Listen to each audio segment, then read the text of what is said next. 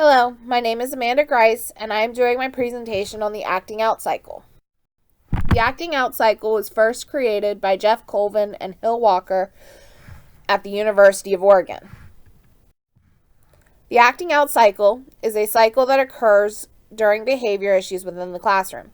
This cycle is made up of 7 different phases. Look at the picture below. In this picture, you see the 7 different phases. These phases are often described as a roller coaster or a climb up the mountain.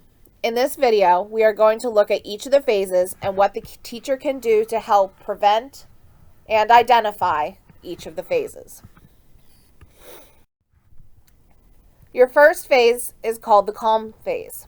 This is where you want your students to be the majority of the time. This is the ideal phase. This is a stage where the students are focused on task and following the expectations of the classroom and the school. In this stage, the teachers are able to just reinforce or reteach the expectations and provide the students with positive reinforcements. The second phase of the acting out cycle is called the trigger phase. This phase is where something will upset the student. We call this a trigger. Triggers can be related to both school and non-school factors. For example, a school-related factor could be a negative interaction with the teacher. A non-school related factor could be due to lack of sleep.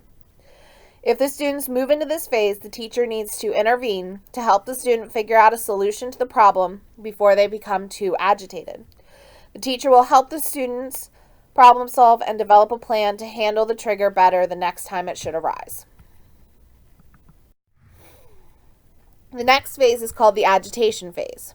This phase has a longer duration and is crucial that the teacher intervenes in the early stages.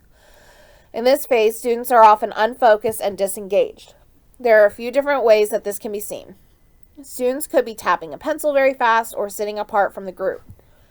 As a teacher, you want to look for signs that are out of the ordinary for the student and act on them quickly. The sooner you can intervene, the faster you can develop a plan to help the student not escalate the situation.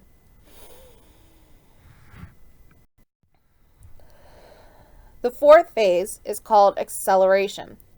This is when students increase their negative behaviors and will normally try to engage the teacher in a verbal argument. The student will normally refuse to do their work, and it will sometimes become a power struggle with the teacher.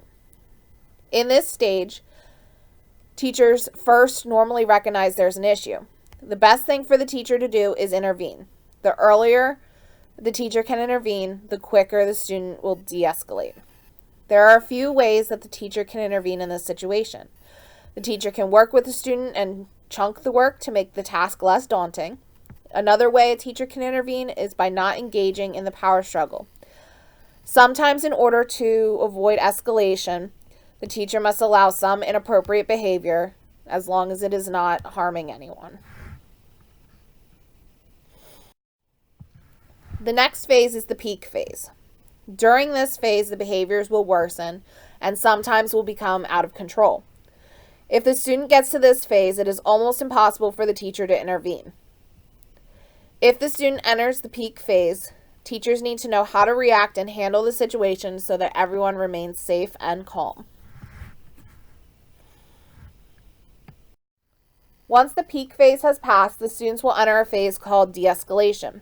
When the student is entering this phase, he or she may be confused and not remember everything that happened. During this phase, the student is more likely to be compliant. This is when you as the teacher will give them a task to do so you can make sure the rest of the class is calm and all right. You as a teacher will then bring the student back into the classroom once everyone is calm and safe. The last phase of the acting out cycle is called recovery. This is where you as a teacher debrief with the student and also sometimes with the class about the behaviors and what caused them. Once the student is able to identify the triggers and what led up to the behavior, you will help your student develop a plan for moving forward and a prevention plan for the future. You may also need to debrief with the class to make sure the students are okay and calm and make sure there's no problems moving forward. As a teacher, you have obligations to keep all of your students safe when it comes to behavior issues that may arise in the classroom. If you are able to identify and intervene in the early phases of the acting out cycle, you are more likely to avoid behavioral explosions in the classroom. Thank you so much for listening to my presentation.